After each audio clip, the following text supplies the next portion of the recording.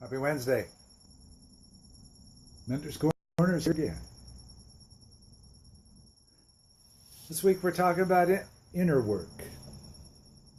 Did you do the homework assignment I gave you on Monday? Did you do the homework assignment? Did you go look in the mirror? Forgive that person? Say the magic words. Love you and forgive you so I can love me and forgive me.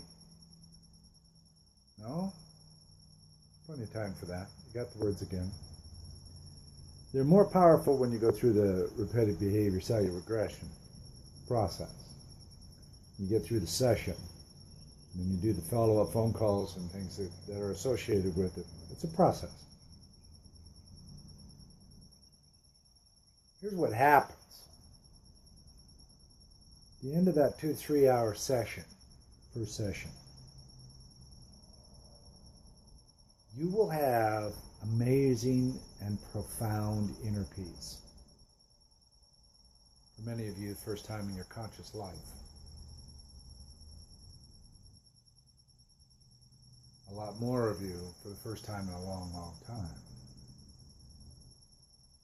So much so that you actually vibrate differently. You know we all vibrate at different levels? Cool study. Check out vibrations, vibrational levels of humans. Pretty cool stuff. Inner work this week. I did some inner work.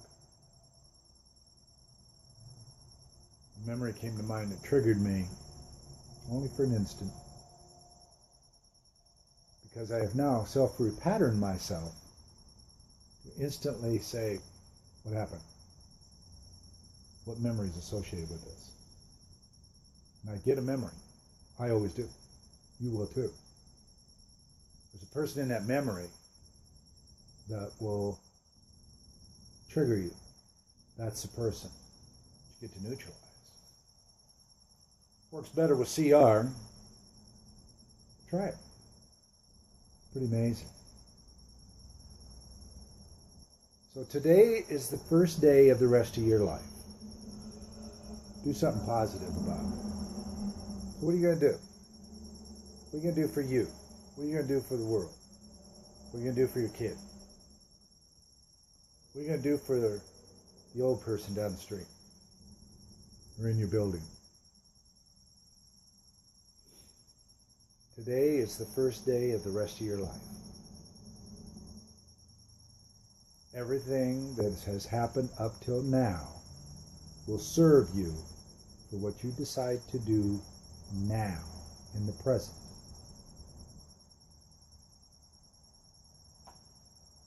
You have full control. When you have PTSD and anxiety and all the other things associated with it, anxiety attacks, those are all results of repetitive behaviors, my friends. By doing the inner work, you make the outer work. The rest of the world looks great. The rest of the world. The people who pick on you all the time won't pick on you anymore. Because you're no longer giving off the energy of a victim. What will it feel like to sleep all night? What will it feel like to walk out the front door of your apartment or your home without fear? Fully open to what's about to take place. Because you're in control. Not this, whatever it is that happened to you when you were a kid.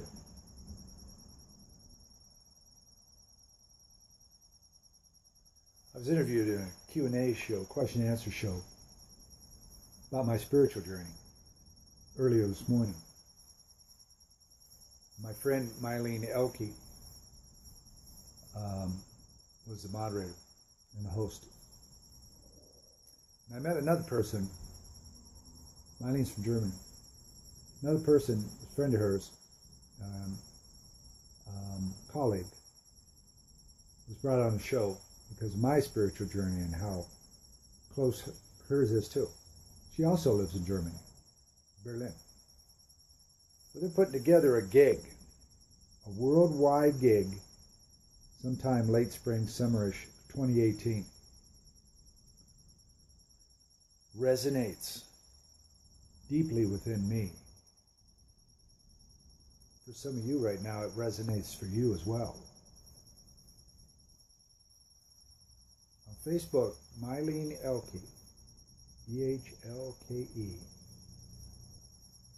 Get in contact with her if you're resonating right now, because those two individuals have got something that can very definitely help change the world.